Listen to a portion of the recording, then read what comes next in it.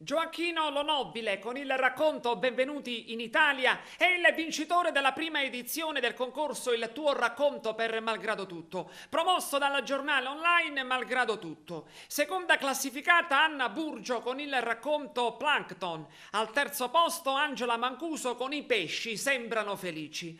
Menzioni speciali a Ignazio Scimè, Alessandra Frontini e Pietro Pancamo. La giuria, presieduta da Gaetano Savatteri, è stata composta da Agata Gueli, Salvatore Ferlita, Giancarlo Macaluso, Gero Miccichè e Carmelo Sardo e dal segretario del premio Paolo Terrana.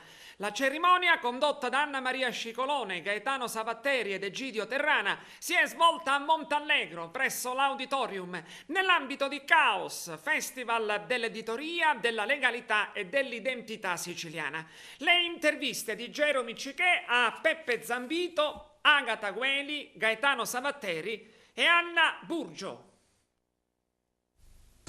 Siamo giunti a questo appuntamento con Caos, la prima giornata di questo festival dell'editoria, della legalità e dell'identità siciliana. Peppe Zambito, organizzatore, fondatore e promotore di questo festival, che cosa ce ne dice? Ma devo dire che è un bel vedere, è un bel caos.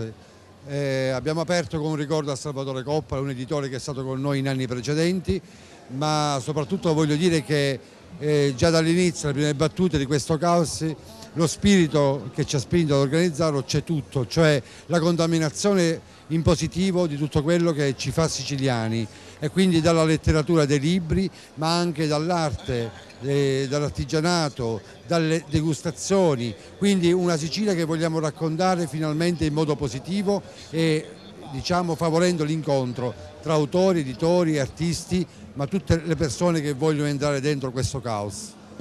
Noi abbiamo notato, leggendo appunto i racconti pervenuti durante l'arco di tutto un anno alla rivista Malgrado Tutto, la capacità straordinaria che hanno avuto persone che nella loro vita fanno altri mestieri, però che hanno il sacro fuoco, la passione per la scrittura, di come in realtà la stringatezza, l'essenzialità che è tipica di un racconto per loro è venuta quasi naturale ed è diciamo un comune denominatore di quasi tutti gli scrittori che hanno partecipato a questa manifestazione, a questo concorso diciamo letterario. Scrivere un racconto breve, efficace, con un tema specifico, come nel caso appunto di questa prima edizione di questo premio Malgrado Tutto, che era un tema legato al mare, non è semplice, perché il topos del mare è un topos letterario antico quanto la storia della letteratura.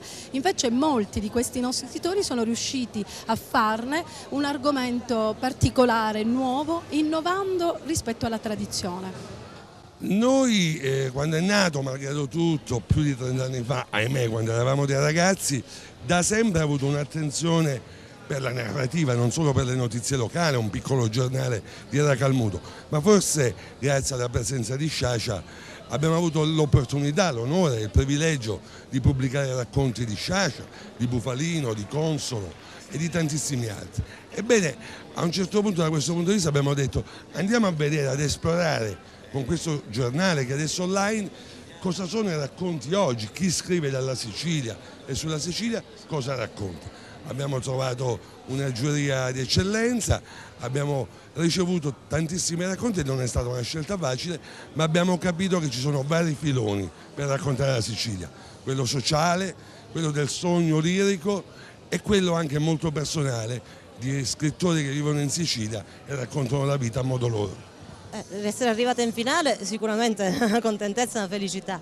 Quando ho presentato il racconto a questo concorso di Malgrado Tutto, il racconto era già stato scritto in realtà, però Il mare colore del vino, Sciascia e soprattutto il libro dei racconti, non tanto il racconto in sé, mi ha fatto ricordare uno dei racconti compresi nel libro di Sciascia, che è credo che sia Il lungo viaggio, il viaggio lungo, una cosa del genere. Parlava di migranti. All'epoca i migranti erano i siciliani che cercavano un'America che poi non trovarono, e siccome il mio racconto parla di migranti, quelli dei giorni nostri, ho pensato vabbè, lo presento, ed è andata così.